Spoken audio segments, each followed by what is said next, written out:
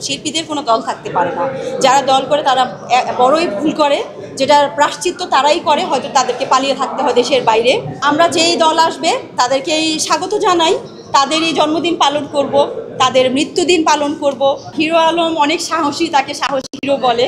আমি অনেক সাহসী না, আমি জনগণের পাশে দাঁড়াই, এইটুক পর্যন্তই ঠিক আছে, কিন্তু হিরো আলমের মতো এতটা সাহস আমার নেই। তো হয়তো বা এবার আমরা হিরো আলমকে কোনো সংসদ নির্বাচন করতে দেখব, যাক তার জন্য শুভকামনা। ডক্টর সাবরিনা জিয়ার মাজারে ফুল দিতে গেল, তাকে রাত ধরে বের করে দিয়েছে। আপনি এই বিষয়টা কিভাবে দেখছেন? আসলে এই কাহিনীটা আমি জানি না, সাবরিনাকে কি করা হয়েছে, সে কেন গেল, সে বিএনপি না আওয়ামী লীগ তাও আমি জানি না, তাকে নিয়ে আমি আসলে কিছু বলতে চাই না। আমি কোনো দল করি না, সাবরিনা কি দল করে আমি তাও জানি না, তাকে আমি ফেসবুকে দেখি, এইটুকুই।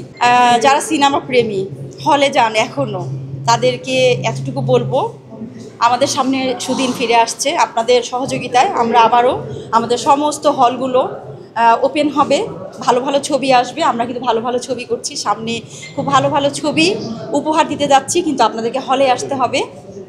ধৈর্য নিয়ে সবাই একটু হলে আসবেন, ছবি দেখবেন, তাহলে আমাদের সফলতা ফিরে আসবে। যে প্রথমে অনেক আশা দেয়, পরে আর সেটা বাস্তবায়ন হয় না, এটাই শিল্পী সমিতির নির্বাচন।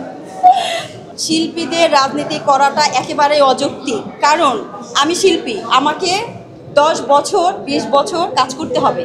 একটা দল থাকে 5 বছর 10 বছর, যখন আমি আমার দলে থাকবো না, তখন আমি কি ব্যাক ফুটেজে চলে যাব, নাকি আমি কাজ করব? শিল্পীদের কোনো দল থাকতে পারে না। যারা দল করে তারা বড়ই ভুল করে, যেটার প্রায়শ্চিত্ত তারাই করে, হয়তো তাদেরকে পালিয়ে থাকতে হয় দেশের বাইরে। তো আমরা যেই দল আসবে তাদেরকেই স্বাগত জানাই, তাদেরই জন্মদিন পালন করব, তাদের মৃত্যুদিন পালন করব, সব দিবস পালন করব। আবার যেই দল আসবে আমরা তাদেরকেও স্বাগত জানাই। আমাদের শিল্পীদের কোনো দল থাকতে পারে না বলে আমি মনে করি, বলেই আমি আজকে কোনো দল করি না। তাহলে কি আপনি বলতে চাচ্ছেন যে নিপুণ আক্তার বা গায়কটা ভুল করেছে বলে আপনার মনে হয় কিনা? নিপুণ আপু কি আসলে রাজনীতিতে কি কেউ দেখেছে? নমিনেশন নিতে গিয়েছিল, কিন্তু রাজনীতির মাঠে তো নিপুণ আপুকে আমি দেখি নাই। হয়তো সে একটা দলকে সাপোর্ট করতেই পারে, সবাই করে মনে মনে, প্রকাশ্যে এখন তো প্রকাশ্যে একটা করে আর মনে মনে আরেকটা করে, কারো দল থাকতেই পারে। কিন্তু শিল্পী যে শিল্পী নিপুণ আপুকে আমি দেখেছি শিল্পী সমিতি নিয়ে থাকতে, শিল্পীদেরকে নিয়ে থাকতে।